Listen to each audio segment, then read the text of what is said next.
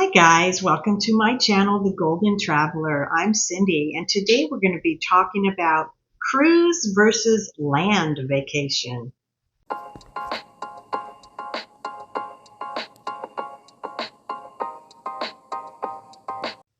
Now today we're going to be talking about a cruise versus a land vacation. I just got back from 5 days on a little short vacation with my two kids and my two grandkids, and it made me really think, do I really want to go on these land vacations? So let's take a look at some of the things I encountered on this trip and maybe you've encountered. Now this cruise versus land vacation can depend on many things. I'm comparing it to like a 7 day cruise we would be on. This one was only a 5 day short vacation. We didn't go very far. We stayed in the state of Oregon. I'll talk about that in a minute. But it depends. If you were taking a land vacation and are just flying to say one destination, maybe you're going to Cancun and you're in an all-inclusive resort and you're just going to stay there, that doesn't really count on what I'm going to be talking about. So let's get into this. The number one thing, getting to the port versus getting to your destination. Now, usually when you're going to a cruise port, a lot of people might live very close to the cruise port and they can just drive right over there, don't even have to stay in a hotel room, where other people may fly in the night before. It's usually what we do. Or if we're closer, like if we're leaving Seattle for Alaska cruise, we take a train up there and usually stay the night before. So it just depends on where you're going, and how you're getting there. Now, on a land vacation, that's pretty much the same thing. It depends on where you're going and how you're getting there. But you do have to get there somehow. So on this trip we took, I drove. So we went to two different towns. We stayed 2 nights in one town, and then I had to drive to the other town for 2 nights. So it could be more driving if you're on a land vacation. It could be about the same, or it could be less, depending on where you're going to. But I just know I would rather hop on a plane and be in one destination and stop, or get on a train, be there, instead of driving. I really hate to drive, and I'm always the one driving. So I don't drive if I don't have to. Number two, and this one was a biggie for us, the food. Now, everyone in my family almost seems to eat something different. My daughter's a vegetarian and my son has to have meat. So it's really an issue when we're trying to look for a place to eat on a land vacation. I have certain diet needs. I have diverticulitis and I can't eat certain foods. And then we got the grandkids. One pretty much eats almost everything and the other one's a little more picky. So we spend a lot of time trying to find out where are we going to eat. So we're always on the phone, Googling nearby places to eat on a land vacation, trying to find them. And then of course, we have to drive to get to the land, to the food. Or if we're in a town where we flew into it, we've got to take a Lyft or an Uber or something to get to the food, or have it delivered. So that is a big issue with us. The second town we went to was a smaller town. It's Ashland, Oregon, home of the Shakespeare Festival, a really beautiful town, but they have no chain restaurants and only like 2 fast food places. So all the restaurants we ate at were just owned by, individuals there, and they were very expensive. Ashland is a very expensive town anyway, very beautiful, but it's expensive to live there. So we spent a lot of money on food in that town, going to nice restaurants, even for lunch. It was very spendy for just like a veggie burger for one and a BLT for another. It got very expensive eating there. So the thing I like about a cruise ship is you have all this multiple food. Even if you're all just going to the dining room, you have this wide variety of food you can choose from.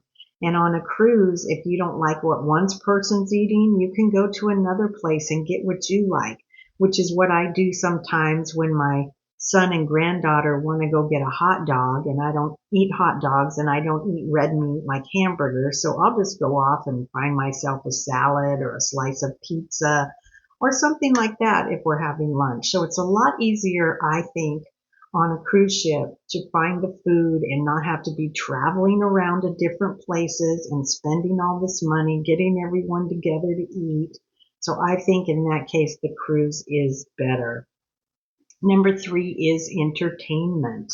Now, of course, on a cruise, you have everything right there you could ever want to do any time of day. They give you an itinerary every day of what's happening on that cruise ship.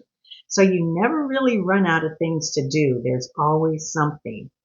Now, we did on our first stop, we did have a lot of things that we could do. The reason we took this trip, my daughter wanted to go to a Comic-Con that was in town in Oregon and see a specific actor that was there that she really liked. She got her autograph and a picture taken with her in a poster.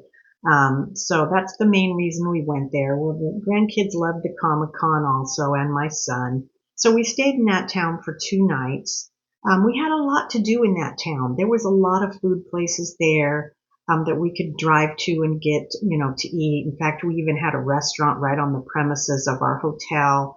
We took the kids to like a family fun center where they had an arcade there. They had bumper boats and little go-karts, batting cages, miniature golf.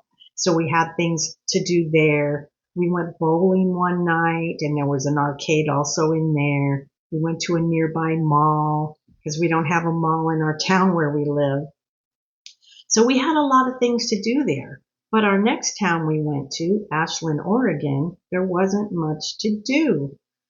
We had the park. They have a very nice park there, Lithia Park, and we went to the Japanese garden there. We did walk around, look at some of the shops, but it got so darn hot. My daughter actually passed out. She doesn't do well in the heat. So we had to go back to our room, and we just got in the swimming pool for the rest of the day. So the next day we thought, what are we going to do here? There's not much to do, and we started Googling things, couldn't find anything. We did find a kids' science museum, and we ended up going there, and it was fun, and then went back to the room because there was nothing else to do. Now, normally I'd be going to places that have more things to do, but I had always wanted to go to this town and check it out.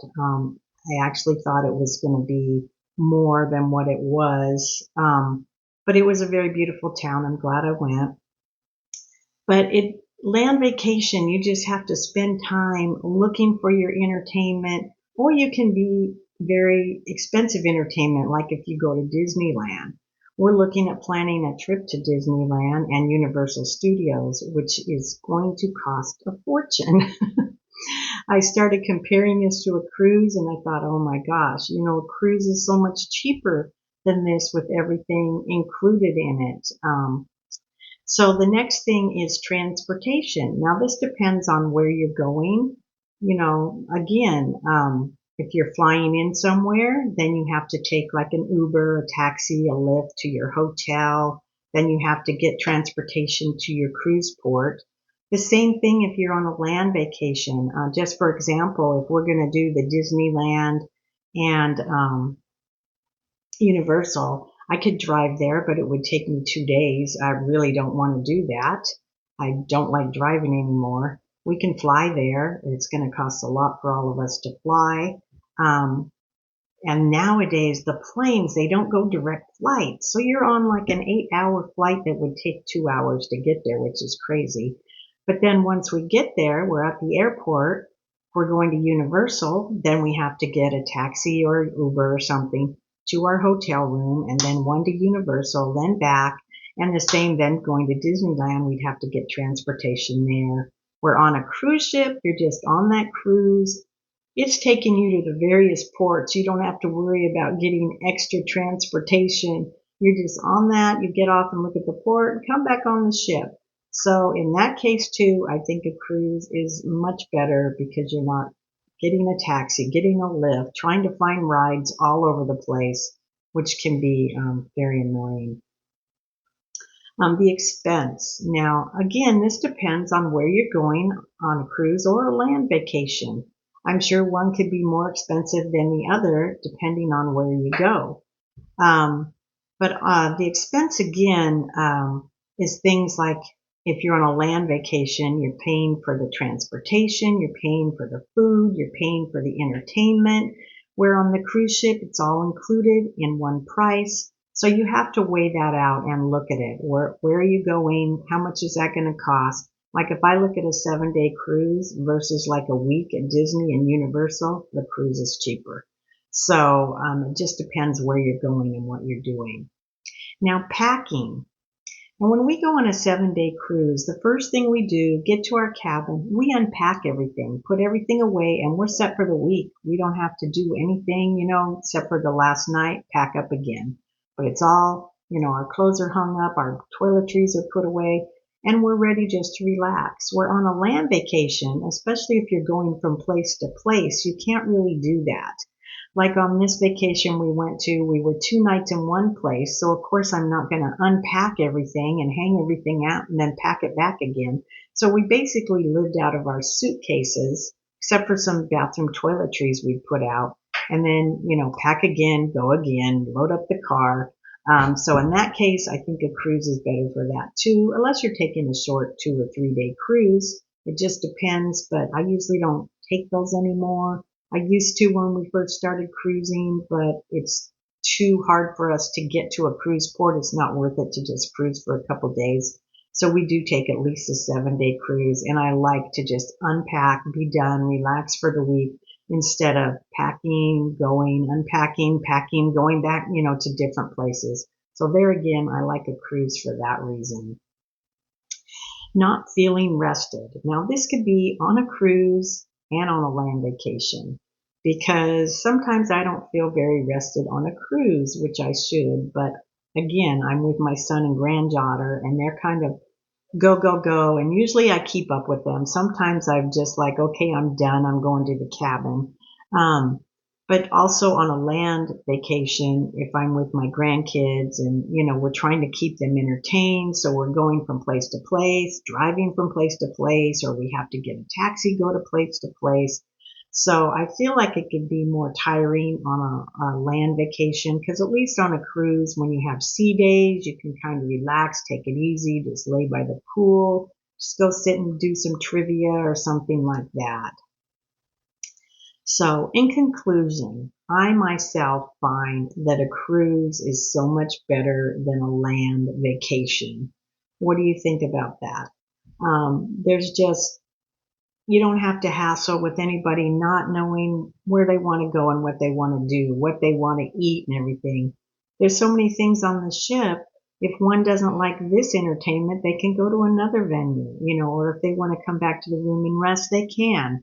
So I really think a cruise is the best bet for your money. I think you're getting the best with all-inclusive cruise. Now, we don't pay the extras. I don't ever pay for like extra specialty dining. I don't think it's necessary. When I first started cruising, they never had that. Everywhere you ate on the ship was free. So I don't understand paying extra money for food when you've got so much food on the ship, but that's the individual person. If they want to do that, then they can do that. But I save money by doing things like that. Usually never buy the drink packages. I don't drink coffee. I don't drink soda. I might have a couple cocktails, but it's not worth it for me to have the drink package, so I don't do that. So I don't usually buy these extras that everyone does, and I try to stay in a budget, and I have a wonderful cruise. So let me know what you think. Do you think a land cruise is better or a cruise is better? A land cruise. A land vacation is better or a cruise? What do you think? I just think it's less hassle for a cruise. Everyone can go their own way right on that ship. You don't have to be worrying about anyone. And I just think it's wonderful to do that. So I want to thank you guys for stopping by today. If you liked the video, please give it a thumbs up. Please subscribe to my channel to help me grow. You can always unsubscribe if you want to later. I have a lot of videos out there about cruising, and ports and different things like that. So take a look at them. So thanks again for stopping by. Everybody have a wonderful day, and I hope to see you again on my channel, The Golden Traveler. Bye for now.